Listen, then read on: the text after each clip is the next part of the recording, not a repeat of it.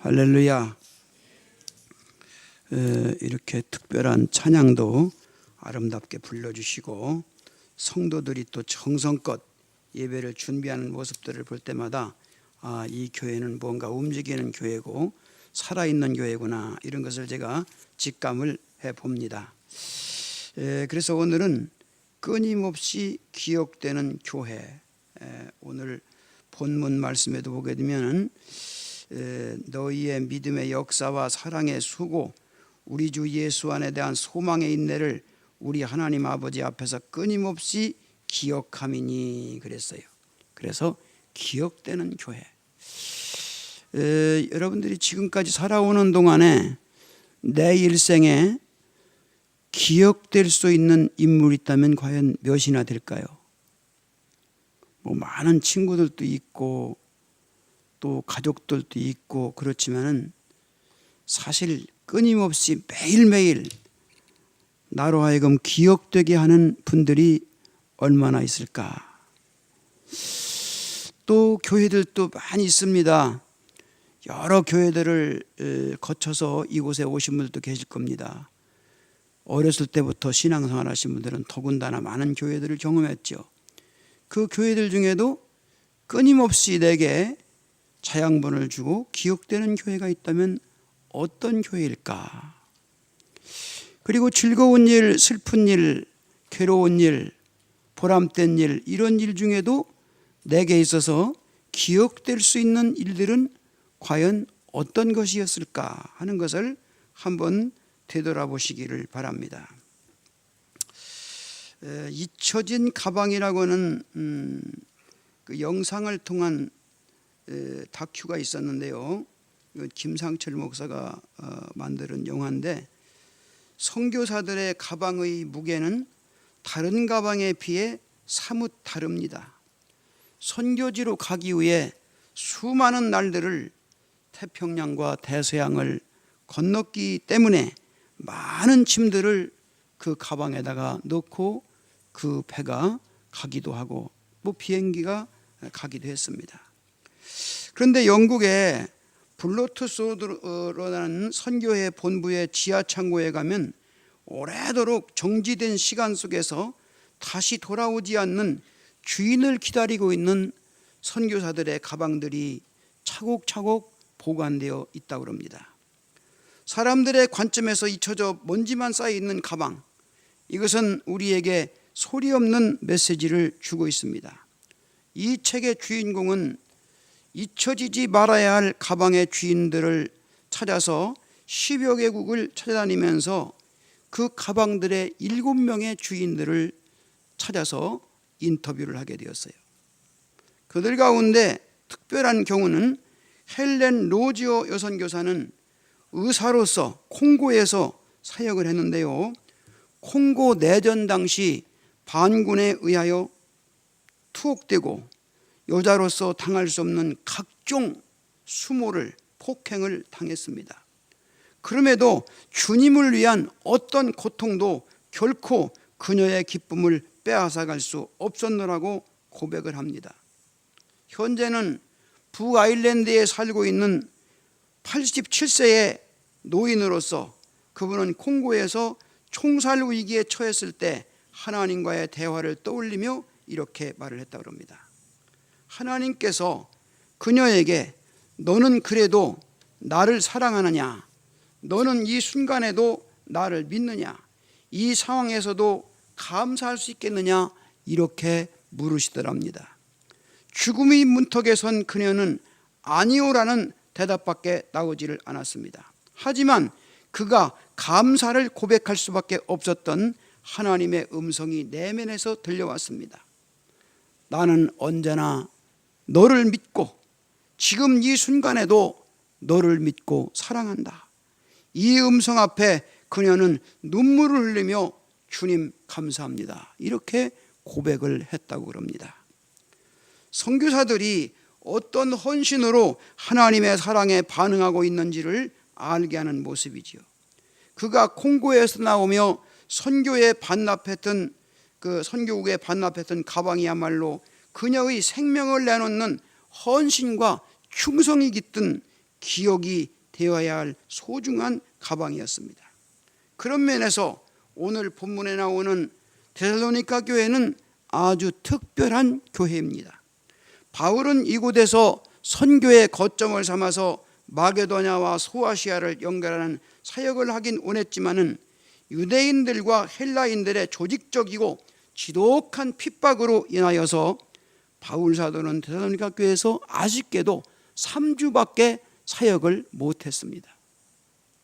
사도 바울은 그래서 목회자로서는 사실은 많이 목회를 못했어요. 여기저기 유랑을 많이 했고 선교지를 많이 다녔죠. 데살로니가에서 겨우 3주밖에 목회를 못했어요. 그리고 쫓겨났습니다. 그런데 바울이 떠난 후 몇 개월 후에 바울에게 놀라운 소식이 들려집니다. 무너지고 흩어질 줄 알았던 데살로니가 교회가 인근 모든 지역에 소문난 교회로 성장하고 부흥하고 있다는 소식이 들려지게 되었습니다. 그래서 바울은 끊임없이 데살로니가 교회를 기억하며 그들을 위한 기도를 멈추지 않겠다고 대답을 했습니다. 교회는 모름지기 이런 교회가 되어야 됩니다. 마치 황량한 들판에 시간이 지나면서 보이지 않는 씨앗이 떨어져 푸른 싹트를 틔우고 아름다운 꽃을 피우듯이 교회는 하나님의 생명 안에서 세상의 모든 악조건을 뛰어넘어 그 영광을 드러낼 수 있어야만이 되는 것이 옳습니다. 이것이 하나님의 생명으로 움직이는 교회의 본질입니다. 저는 우리 참된 교회가 우리의 이웃에게 나아가 또한 이 뉴질랜드 전 일대와 나아가서 한국 교회에 이르기까지 이 시대 안에서 이런 교회가 되기를 바라는 마음으로 간절히 소원을 드립니다. 데살로니가 교회의 모습이야말로 정말 바로 우리 교회가 이 세상 안에서 갖추어야 할 가장 아름다운 모습이 아니겠습니까? 그렇다면 데살로니가 교회가 그처럼 끊임없이 기억되도록 한 요인은 무엇이었는가? 무엇 때문에 그 교회는 이토록 끊임없이 기억되고 소문난 교회였는가? 첫째는 데살로니가 교회는 마음이 열린 교회였습니다. 인생은 열린 만큼 보인다, 그런 말이 있어요. 데살로니가 교회가 바울의 비록 3주간밖에 안 되는 사역에도 불구하고 그것을 씨앗으로 풍성한 결실을 이룰 수 있었던 것은 복음에 대한 활짝 열려진 마음이 있었기 때문입니다. 성경은 이에 대해 이렇게 기록하고 있어요. 사도행전 17장 11절에 보면 베레아에 있는 사람들은 데살로니가에 있는 사람들보다 더 너그러워서 간절한 마음으로 말씀을 받고 그것이 그러한가 하여 날마다 성경을 상고함으로 그랬어요. 너그럽다는 말은 헬라어 말로는 오픈 마인드, 열린 마음이라 이런 뜻입니다. 그러니까 위의 말씀은 데살로니가 교회가 교인들의 마음들이 열린 마음을 지니고 있었고 베레아 사람들은 더욱 그러했다, 이런 뜻입니다. 데살로니가 사람들은 바울이 전해준 말씀을 마음을 열어놓고 받은 다음에는 그것을 깊이 되새기며 그것이 진리이면 실천했다, 그 말입니다. 우리는 오랜 신앙의 경력에도 불구하고 마음이 매우 닫혀 있습니다. 목사님께서 기도하면 반드시 역사가 일어납니다, 이렇게 하면 아멘 하기보다는 역사가 무슨 역사야? 기도한다고 다 역사가 일어나나? 그러면 안 될 게 어디 있어? 정직하고 진실하게 사는 사람은 하나님의 뜻이고 하나님께서 반드시 복을 주십니다 하면 아멘 해야 할 텐데 진실해봤자 오히려 손해만 되는 걸 마음을 닫고 있어요. 그거 뻔한 거 누가 모르나? 오늘 같은 세상에 진실하게 살아봤자 자신만 손해보고 이렇게 하면서 어깃장을 넣습니다. 이런 마음은 마음이 굳어서 길가처럼 된 마음들입니다. 이런 마음에서는 그 무엇도 피어날 수가 없다, 그 말입니다. 여러분, 인생은 살수록 어린아이 같아져야 합니다. 그런데 우리는 왠지 그 반대가 되어져 갑니다. 그래서 예수님이 말씀하십니다. 돌이켜 어린아이같이 되지 아니하면 결단코 천국에 들어가지 못하리라. 항상 어린아이 같은 마음으로, 이제는 열린 마음으로 살아야 된다, 그 말입니다. 우리나라 말에 50이면 지천명이라. 열린 마음으로 살다 보면 50점 되면 하나님의 길과 사명의 길을 깨닫게 되느니라, 그 말입니다. 하지만 마음이 닫히면 100년이 지나도 지천명은 고사하고 어둠과 태보를 면할 수가 없게 되는 겁니다. 저는 여러분이 하나님의 은혜로 어린아이 같은 마음, 열린 마음을 지닐 수 있기를 간절히 축원합니다. 속으면 얼마를 속고 당하면 얼마를 당하겠는가, 알면 얼마나 알고 경험하면 얼마나 경험했는가, 아직도 인생은 모르는 것이 훨씬 많을 텐데 활짝 열린 마음으로 하나님의 말씀을 받고 그대로 믿고 실천하며 살아가길 바랍니다. 이것이 바로 우리에게 가장 소중한 믿음의 자산이고 기초입니다. 그러면 주님께서 말씀하십니다. 반드시 너로 풍성한 열매를 맺도록 할 것이다. 열린 마음으로 말씀을 받고 살아가다 보면 고목 같은 인생에도 하늘의 은혜가 임하여 싹을 틔우고 결실을 이루는 기적이 일어난다는 사실을 믿으시기 바랍니다. 은혜란 다른 것이 아닙니다. 굳어지고 딱딱해진 우리의 삶이 하나님의 생명으로 활짝 열려져 무엇이든 결실하게 하는 옥토가 되게 하는 겁니다. 이것은 절대로 자신의 힘만으로 되지 않습니다. 여러분, 기도의 자리에 나와 부지런히 은혜를 구하십시오. 그러면 쇠파에 찌들 대로 찌들리고 굳어질 대로 굳어진 여러분의 마음이 옥토와 같이 되어 모든 것을 열매를 맺게 되는 줄로 믿습니다. 주일날 이 교회에 나온다는 자신은 뭡니까? 한 주간 동안 세상에서 굳어진 우리의 마음밭을 말씀으로 일고 간다, 그 말입니다. 말씀으로 읽어갈 때 거기에 씨를 뿌려도 씨가 나고 자라게 되는 거지, 굳은 땅에 씨앗을 던진다고 해서 씨앗이 나지 않습니다. 두 번째로는 데살로니가 교회는 믿음의 역사가 있는 교회입니다. 이번 주간에 제가 김동신 사진작가가 쓴 소록도에 대한 그 사진첩을 제가 읽어봤어요. 기도하는 섬 소록도, 여기에 그는 나환자들의 소록도야말로 세상에서 가장 행복하고 아름다운 사람들이 모여 사는 곳이라고 말하고 있습니다. 그 이유는 다름이 아니었습니다. 섬에 도착하여 새벽 기도를 촬영하기 위해 교회를 방문했는데 그곳에서 한 할아버지를 만났습니다. 할아버지는 팔다리 어느 것 하나도 다 이제는 참으로 볼 수 없는, 붙어있지 않은, 그야말로 사지가 없는 몸통 환자였습니다. 그런데 입술에는 연신 하나님 감사합니다, 정말 감사합니다라고 하는 고백이 연이어지고 있었어요. 더욱 놀라운 것은 새벽 기도를 마치고 돌아가는 모습인데 부슬부슬 비가 오는 새벽에 차디찬 땅을 향해 배를 깔더니 찬송을 부르며 조금씩 배밀이를 하면서 집에 가고 있는 거예요. 그 순간 사지가 멀쩡한 자신도 삶이 불만스럽고 짜증날 때가 많은데 사지 하나 남지 않은 불편한 몸으로 어찌 하나님께 감사하며 배를 깔고 새벽 기도를 왔다가 또 가는 것일까 생각하며 자신의 믿음을 깊이 되돌아보고 반추해 봤다 그럽니다. 여러분, 인생들을 한번 생각해 보세요. 어떤 글을 보니까 그런 글이 있더라고요. 털어봐, 아프지 않은 사람이 있는가? 찾아봐, 힘들지 않은 사람이 있는가? 건드려봐, 눈물 없는 사람이 있는가? 물어봐, 사연 없는 사람들이 있는가? 살펴봐, 고민 없는 사람이 있는가? 꽃은 피어도 소리가 없고 새는 울어도 눈물이 없고 사랑은 불타도 연기가 없는 법. 장미가 좋아서 꺾었더니 가시가 있고 친구가 좋아서 사귀었더니 이별이 있고 세상이 좋아서 태어났더니 죽음이 있더라.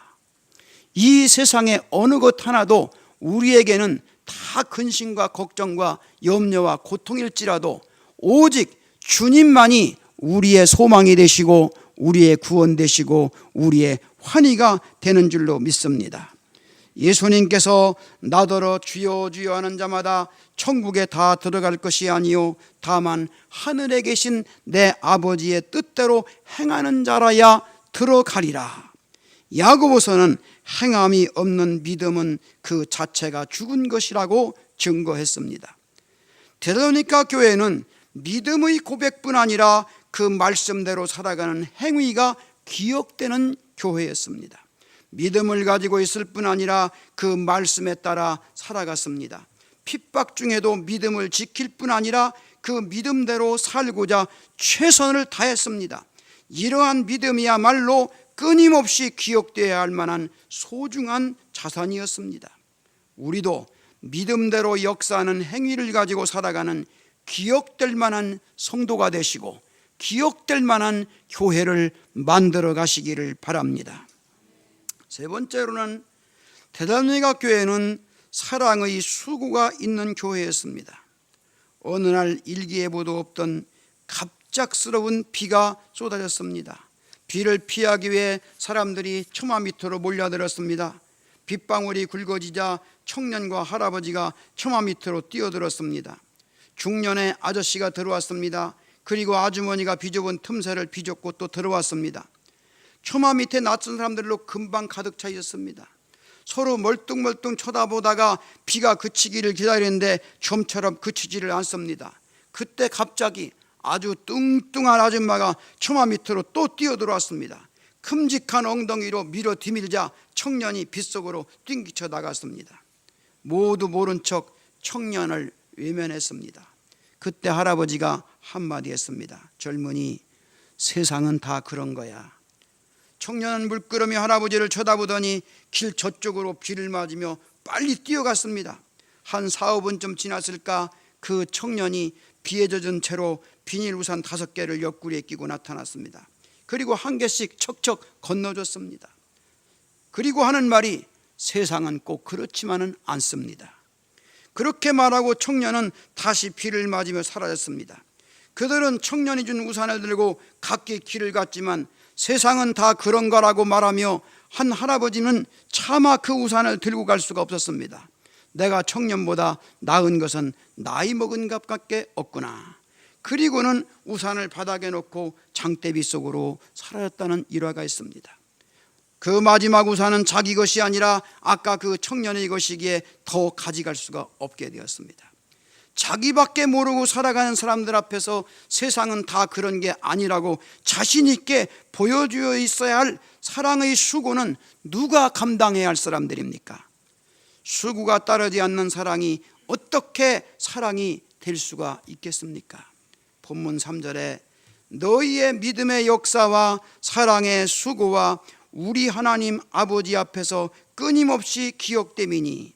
사랑의 수고, 여기서 수고라는 말은 코포스 이 말인데 자르다, 채찍으로 때리다, 애를 쓰다 이러한 의미의 동사인데 코포스는 단순한 일을 위한 수고를 말하는 것이 아니라 고통을 수반하는 수고, 고통까지 수반하는 수고, 그렇게 저렇게 적당하게 쉬운 것이나 하는 정도가 아니라 내 몸의 고통까지 수반될 수 있는 수고가 바로 사랑의 수고입니다.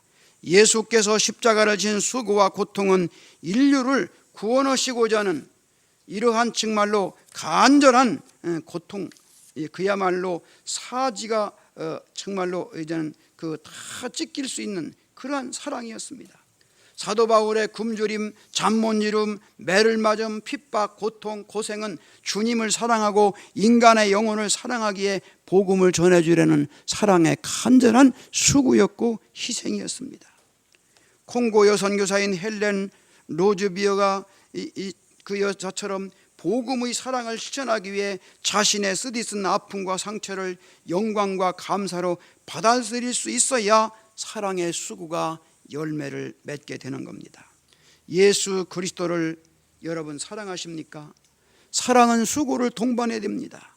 사랑은 희생과 함께 고통까지도 감수하게 하는 수고를 만들어내는 것입니다.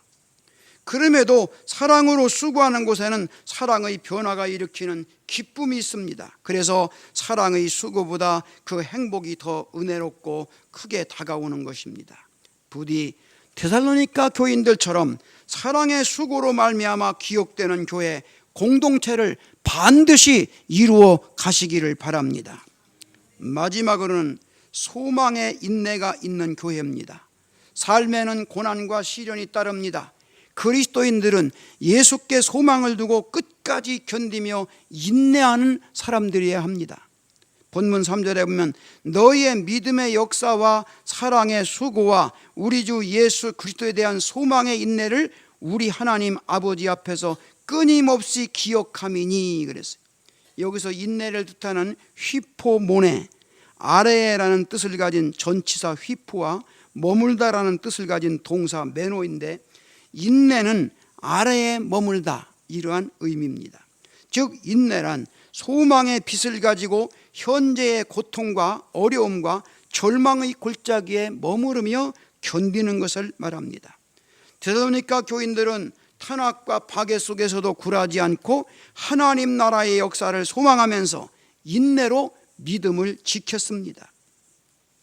파괴와 고난을 인내로 견디면서 믿음을 더욱 성장시켜 나갔습니다.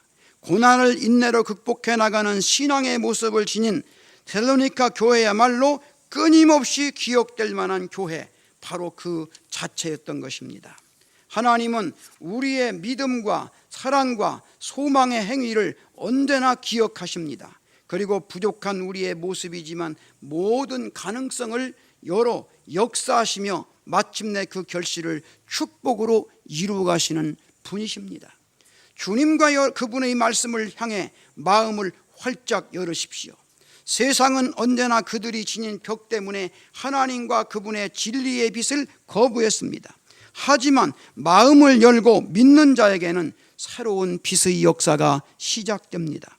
데살로니가 교회가 그 증거입니다. 3주밖에 안 되어서도 마음을 열고 믿음으로 나가면 놀라운 역사가 나타납니다. 그리고 우리가 놓치지 말아야 할 것은 언제나 다가올 하나님의 나라와 그 영광에 대한 소망입니다. 우리나라와 한국교회는 세계 모두가 희망이 없다고 평가하던 전쟁의 폐허와 보릿고개의 참혹함을 넘어서 그리고 민주화를 이루며 여기까지 온 위대한 역사와 경험을 가진 교회와 민족입니다.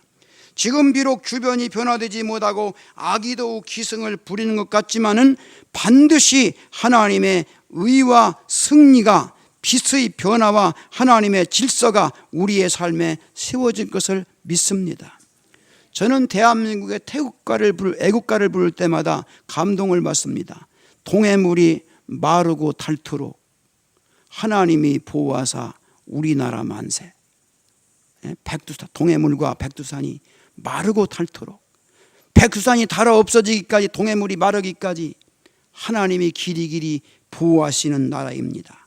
이것을 받아들이며 용기를 잃지 않고 꿋꿋하게 견뎌 나가는 소망과 인내의 성도들이 되시기를 바랍니다.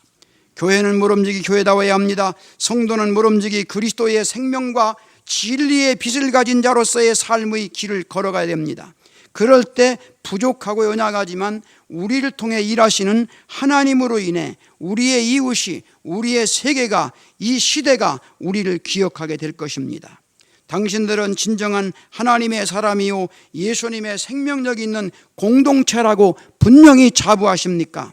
하나님이 불러주시고 하나님의 사명을 품고 세상을 향하도록 세워주신 복음의 공동체인 이 참된 교회가 이 시대 안에서 끊임없이 기억되는 그리스도의 몸된 교회로 세워져 가도록 우리 모두 마음을 열어 믿음의 역사와 사랑의 수고와 소망의 인내를 이루어 가시기를 반드시 축원을 드리면서, 마음이 열린 교회, 믿음의 역사가 있는 교회, 사랑의 수고가 있는 교회, 소망의 인내가 있는 교회로 더욱더 부흥발전하는 아름다운 모습이 이 참된 교회의 모습과 궤적이 되시기를 주님의 이름으로 축원을 드립니다. 할렐루야. 기도하겠습니다.